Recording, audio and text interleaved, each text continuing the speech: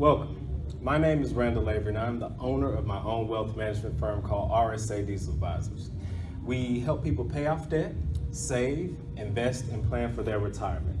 I've been stepping for about 7 years now, and I know after last night we're all pretty tired, but I'm glad you came out to talk about a very important subject, your finances.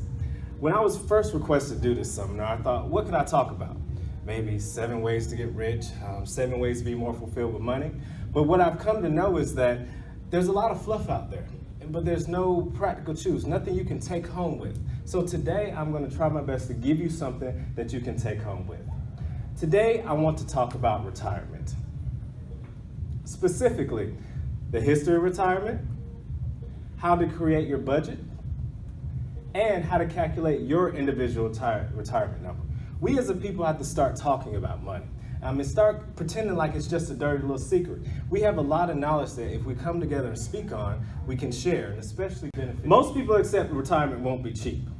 But just how expensive would it be? The ideal of going on lavish vacations, doing everything that you wanted to but you couldn't do because of work is an envision a lot of people. Others, they want to stretch out every penny that they have so it'll last them their whole entire lives.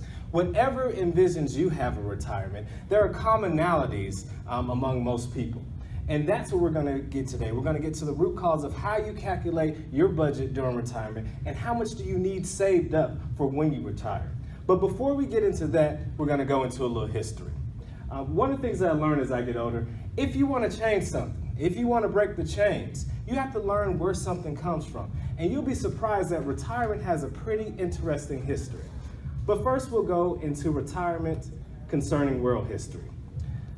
Before 19th century, most people did the same thing. They pretty much worked until they died or worked until they couldn't work anymore.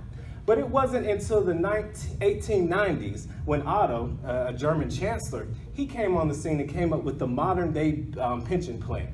His plan was not to help the old people. His plan was to suppress the socialist movement within his own country.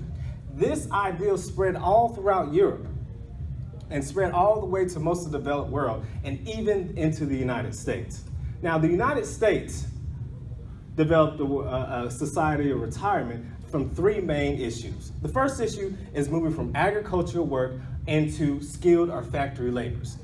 For those of us who grew up outside the city, you used to remember your grandfather. He used to work the farm, tinker with cars, pretty much until he couldn't tinker anymore or until he passed away. Nowadays, individuals are working more towards skilled laborers or more towards factory laborers. Companies did not have the patience to deal with the slowing down workforce. So they decided that they actually pay people to discontinue working. So that's when companies started to provide pensions so they could input a younger workforce. The next reason is Social Security. In 1935, a California politician came up with the idea of let's pay $200 every month to individuals who are over 60 to get them to discontinue working. Now, Franklin Delano Roosevelt caught wind of this plan and thought that would be too expensive if this caught hold. So he decided to come up with what we call today Social Security, where individuals pay into the plan that they will receive benefit when they pass 60. Now, the last thing and probably the most important thing is increased income or increased wages. An individual actually started to be able to afford not to work, which is an interesting concept, and allow people to actually plan for their retirement and live a retirement life that they wanted to have. Now, this slide right here is what I like to call the money slide. If you understand this slide, you'll pretty much understand how financial planners and how economists think of the wealth life cycle or how you should plan for your retirement. First of all, is time. Time is important in any financial plan. It tells you how long you have until something has to manifest itself, when things happen, and how to plan for those things going forward. The next thing, and probably the most important thing, is wealth. How do you accumulate wealth for the different events in your life? Now, the next thing is human capital. And if you understand what human capital is, you'll understand the entire picture here. Human capital basically says, how much value do you have in work going forward? So over time, as you can see on this graph, as we move throughout time, as you get older, you have less human capital in your system. But that's not the whole story. As you get older, you should begin to start accumulating financial capital. And over that financial capital is supposed to sustain you through retirement, all right? In retirement, we call this the golden years. Now, retirement is a phenomenon, but the length of retirement is also a phenomenon. It's expected if you live to the age of 60 and are in good health, there's a good chance you could actually make it all the way to age 90. That means there'll be 30 years of your life where you're not working. And planning for those years are really important, and the quality of those years.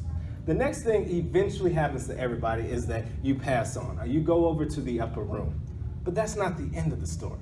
The end of the story is that your assets will actually eventually be passed down to the next generation. And that's what we call generational wealth. And I have a bone to pick with this. I feel like we as African Americans do not take time to think about passing down the next money. We do a good job of planning our spending throughout our lifetime. We do a good job of planning our spending throughout our golden years, but there's no central planning for the next generation. We're forcing them to start off like we were, just back at ground zero. Okay, so we got through the history. We went through the economics. So now we're gonna crunch hard numbers. So those who don't like those two things, we're gonna move into something practical and something that you can apply in your everyday life. We are gonna actually calculate our retirement budget, and we're gonna use a 5-step process. First, we're gonna list out your core expenses.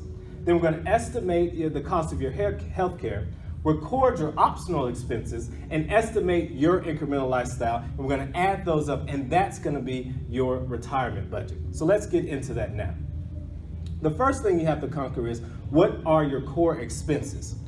Your core expenses break down to 3 different levels.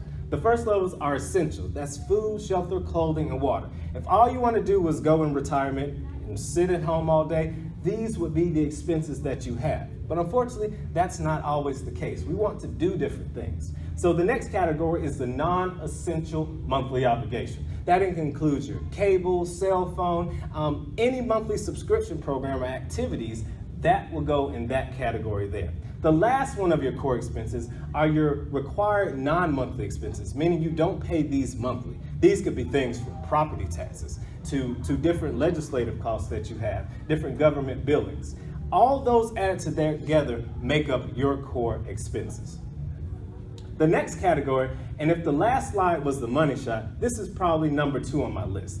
And this is the main reason people have to go back to work, because they don't spend time estimating these costs. The first one, and maybe the most important in this category, is the cost of healthcare. Fidelity states that an individual will pay $266,000 in monthly premiums. That breaks down to about $500 per month. Healthcare is a big cost, and a lot of things people don't account for. The next thing is flexible or optional expenses. You're not going to sit at home all day. You have 30 years to live. What hobbies do you want to do? Last time I checked, a private lesson with the heavy hitter was not getting any less expensive. So planning for your activities is key when you retire. Now, the last point is your incremental lifestyle.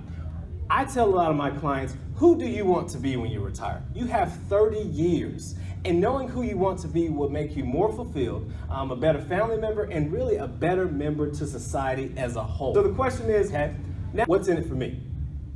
Why do I do what I do, and why am I a financial advisor? There's 2 main reasons. The first reason, I love sitting down talking with clients, talking about their incremental lifestyle. What do you want to be? And I'll break it down to, what does that individual want to be when they grow up? Because there's 30 years of life they still have to live. So planning for those is fun to me. The next thing, and I harped on it earlier, is generational wealth. Let's focus on the next generation so they don't have to begin where we are. We're already starting behind. So let's plan for that just as much as we plan for what we spend today and what we spend in our golden years.